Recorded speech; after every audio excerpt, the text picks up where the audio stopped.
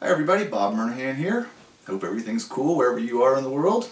And I want to share something with you today that what I think is one of the biggest causes of frustration for all guitar players, really. Of course, experience seems to be a cure-all for a lot of things, but even experienced players have this problem. And I know I can remember back to my days in college, high school, when I was first trying to learn how to improvise, and this really seemed like a big mystery to me. So I'm going to go ahead and throw it out there and tell you what it is, and you'll either find yourself agreeing with me or not, and I think you probably will. And the thing is, you spend all this time, you practice scales, you're learning some licks, you've put all this work in. At the end of the day, it comes time to play a solo, and you have no idea how you're going to apply all that stuff you've just been working on. I mean, it's like, you know, you get up there and you're ready to play, you know,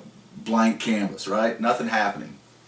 And I know that's a common problem. I've seen it in my lessons lots of times. I mean, I can talk for 30 minutes to a student about how to approach playing a solo, and then the time comes for them to play, and I'll start playing some rhythm, and then invariably they look at me and I'm like, what's the problem? And they say, I don't know what to play.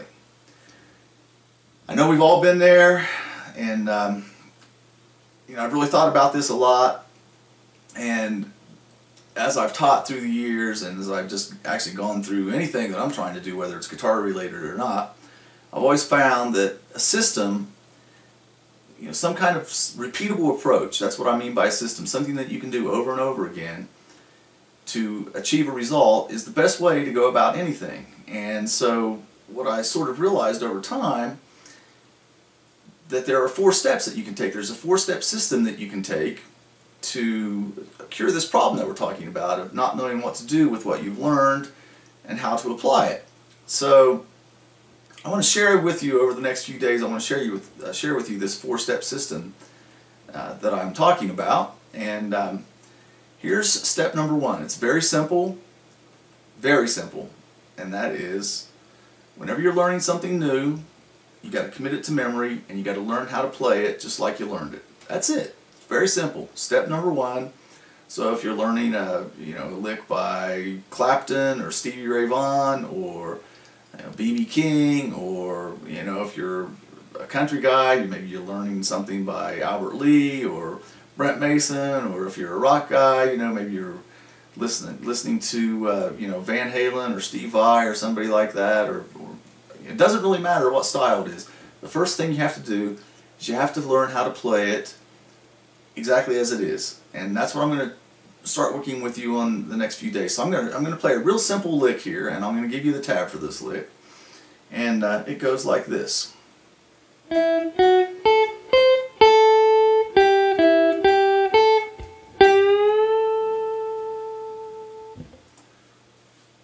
Okay, so let me talk that through for you here, and it's loosely based on an A minor pentatonic scale, although I did throw a note that's not in the A minor pentatonic scale in here on the 2nd string right here. And this is a note that's often thrown in with the pentatonic scale. It's a nice flavor tone, if you will. So I'm starting out here on the 5th fret, 2nd string, going up to the 7th fret, 2nd string, 1st string, 5th fret, 8th fret on the 1st string, back to the 5th fret on the 1st string, and then I'm going more pentatonic here on the 2nd string, 8th fret on the 2nd, 5th fret on the 2nd, back up to the 8th fret on the 2nd, back up to the 5th fret on the 1st string, and then I'm ending with a bend, whole step on the 8th fret on the 2nd string. And I've always preferred to bend with my 3rd finger, and I don't really want to get into the mechanics of bending here, but it's actually 2 fingers. I'm using my 2nd and 3rd fingers. Some people like to bend with their 4th finger. You're still using multiple fingers, however you do it, it doesn't really matter.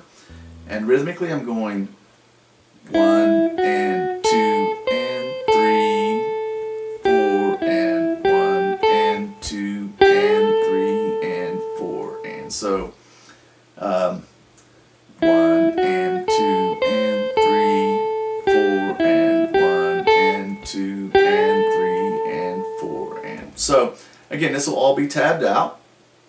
I'm going to play it for you a little bit faster here.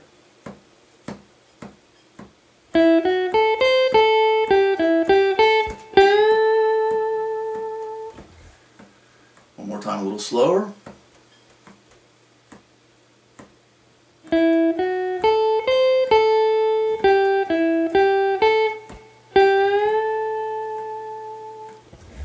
Alright, so there you have it, a very simple lick. And again, like I said, over the next few days we're going to take that lick and we're going to learn how to use it in a multiple, should I say a multitude, not a multiple, a multitude of ways. But what I want you to do for the next day or two is I just want you to learn that lick just like I just showed it to you. You can follow the tab. It should be real easy. I tried to keep it as simple as possible here. And that's it. That's your job for the next couple of days. So make sure you do that, and I will see you in the next video segment.